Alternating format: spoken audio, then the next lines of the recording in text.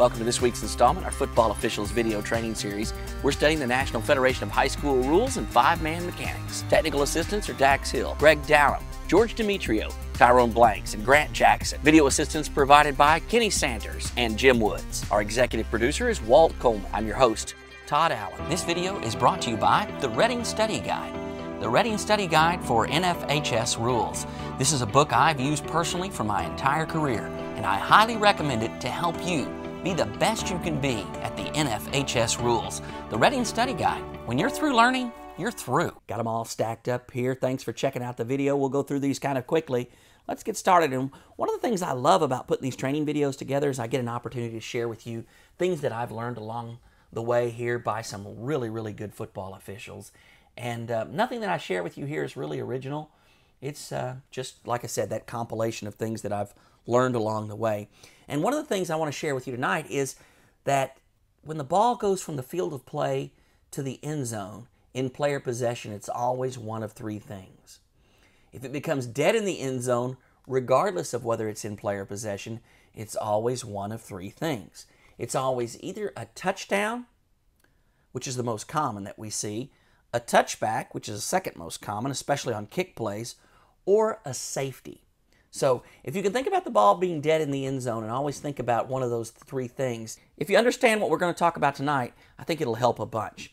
And the first thing that I want to talk about is force.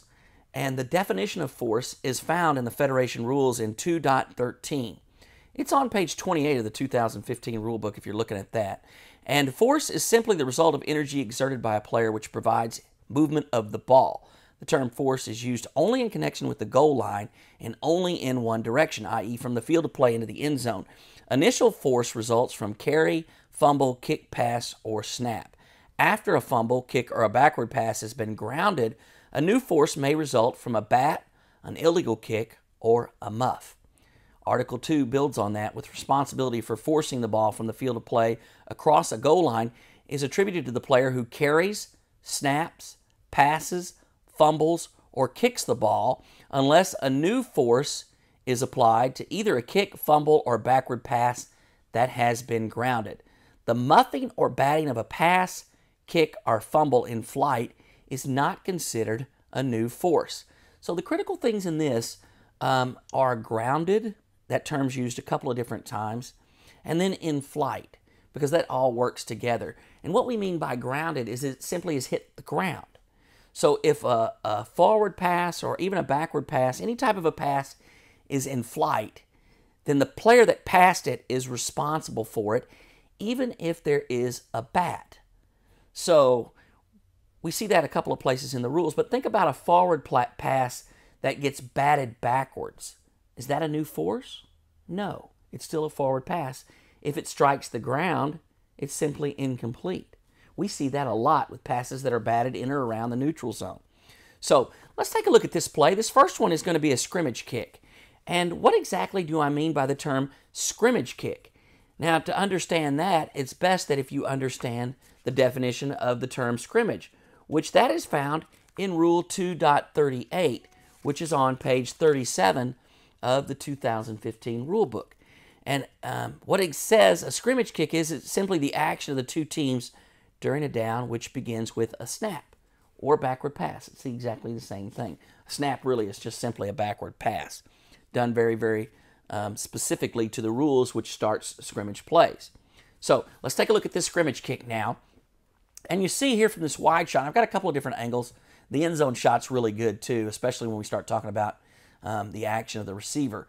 But we take a look at this wide shot and we see the ball's kicked here, and this player that is in position to receive it turns after giving a fair catch signal and tries to make this over-the-shoulder catch. Now look at the end zone shot here, and we'll pick it up right about where that fair catch signal is given. Now you see here, he waves a couple of times, and the ball just passes through his hands. So what has he done here? He has muffed the ball. Well, now, I've used that term a couple of times, but what exactly is a muff? Let's look at 2.27 on page 33 and read the definition of a muff. A muff is touching of a loose ball by a player in an unsuccessful attempt to secure possession. That's a classic description of what this player just did. Don't you agree? Now, we already know from Article 3 that this muff does not constitute a new force. So the status of this ball, has it changed? Or is it still a scrimmage kick? That's exactly right. It has not changed. This is still a scrimmage kick. Now let's watch what happens to the ball. And you can tell from this end zone shot here that the ball crosses the goal line and is grounded. So what happens when a kick crosses the goal line? It's simply a touchback, correct?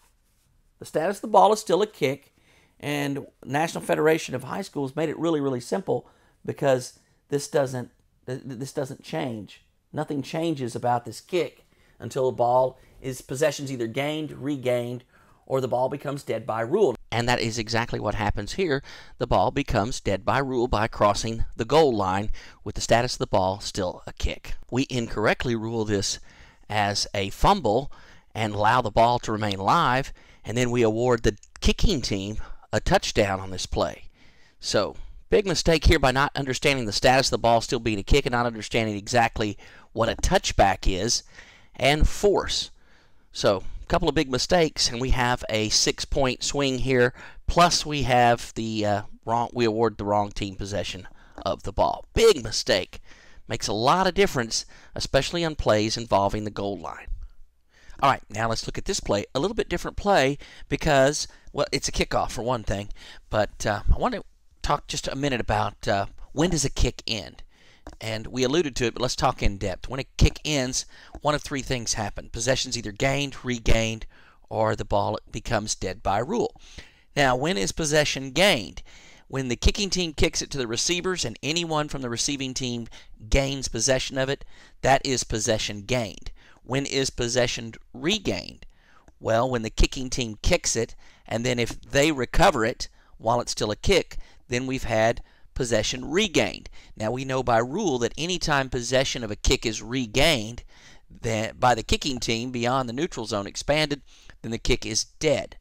So the play, that just ends the play. So there's an instance where we have possession regained and the ball becoming dead by rule at the exact same time. But it's just important to keep in your mind that a kick always ends when one of those three things happens. Then while you're working kick plays, you can easily turn the switch off. And Reading Study Guide does a great job of talking about having a switch and just turning the switch off, because once the kick ends, the rules that are crazy to the game of the kicking game, it has its own set of rules. But once the kick ends, those rules all go away, and now we just have a running play. So let's take a look at this free kick. And you see the player has possession of the ball very near his goal line. The referee's in great position there, winds the clock. This signals that the ball is in player possession in the field of play. Nothing on this video ever shows us that the ball broke the plane of the goal line. So I think we worked that part of the play very well. Now, then as this play develops here, we see this hit come in. Clearly the receiver has possession of the ball. The kick is in. It's ended. Now we just have a running play. So back to our rules discussion on the previous play, who's responsible for a fumble going into the end zone? The player that fumbled the ball. So now we just have this ball loose and it ends up going out of bounds. And you see here, we can't really tell from the video who recovered the ball. But it looks like it's just a player recovers the ball who's out of bounds. But in no way can this play ever be a touchback. Because remember now, a ball dead in the end zone is one of three things. It's either a touchdown. Now we know that it's not a touchdown because this is a receiving team player who has the best shot at the ball. So it's either a touchdown, which can't be. It's either a touchback.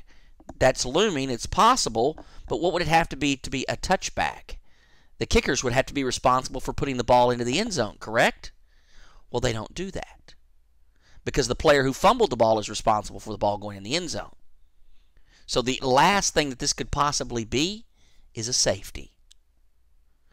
But we improperly officiate this call and rule this play a touchback and give it back to the receiving team after they fumbled the ball. It went into the end zone and became dead there. When you think of the play that way, it's very easy to get to safety, isn't it? So what you have to do when you're working these plays on the field is when these things happen, the correct mechanic here for the referee would be just stop the clock. Just give a stop the clock signal because we know that that's what we have to do.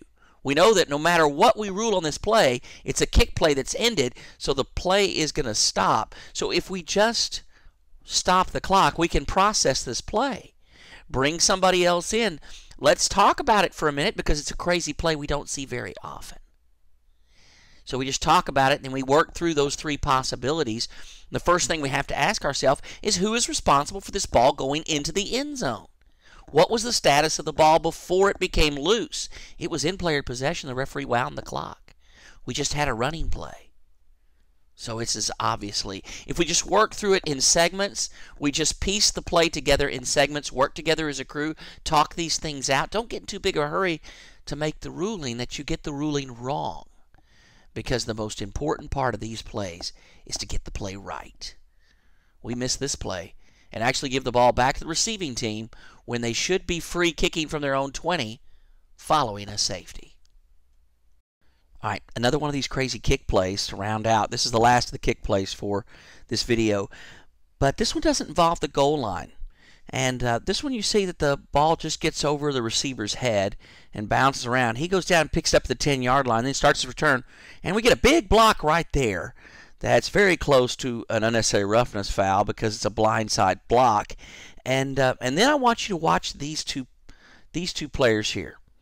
First, let's watch this one. Now, here the ball carrier is going down. Now, how many steps is he going to get before he makes contact? And then now watch this player, because this is a foul. This first one, this is clearly a foul. No doubt in my mind. Now we watch this second one, and bam, how many steps did he take? And there are no flags on this play. So we missed two unnecessary roughness fouls that are late. And something must be happening with our pre-snap routine.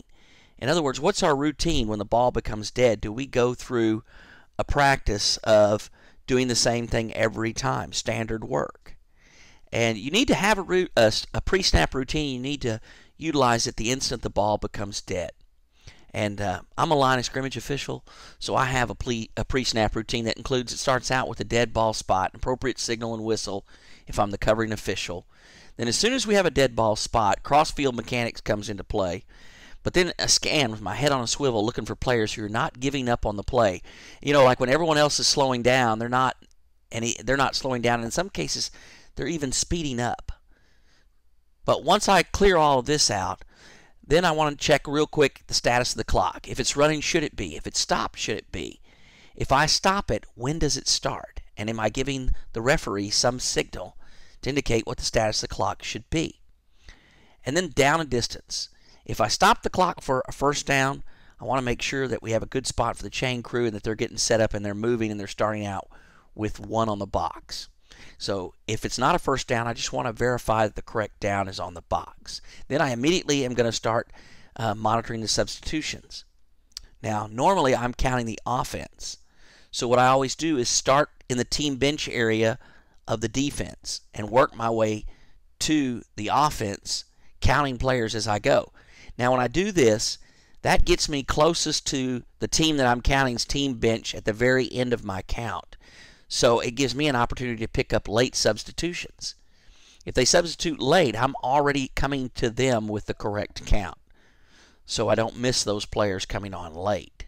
Once I get my substitutions correct and I signal that I have the correct number of players, now I just start searching where are my keys. Make sure my keys, if they've changed players, if they've substituted in, that I get the correct new number for my keys.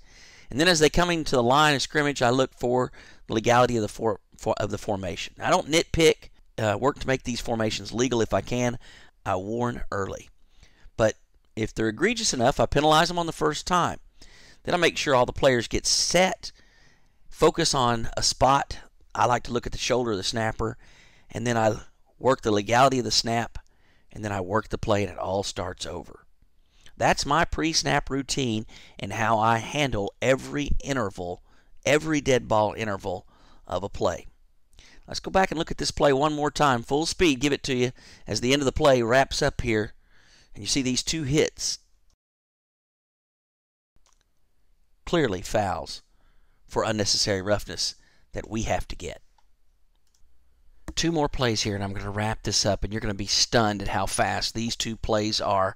Here is the first one, and all I'm going to say is 1, 2, 3, 4, 5, 6, 7, 8, 9, 10, 11, 12.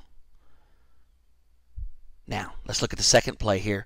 And these are back-to-back plays. 1, 2, 3, 4, 5, 6, 7, 8, 9, 10, 11, 12. That's it for this week. You got to be on top of your game every play. I can promise you they're going to run 12 players the first time you don't count them.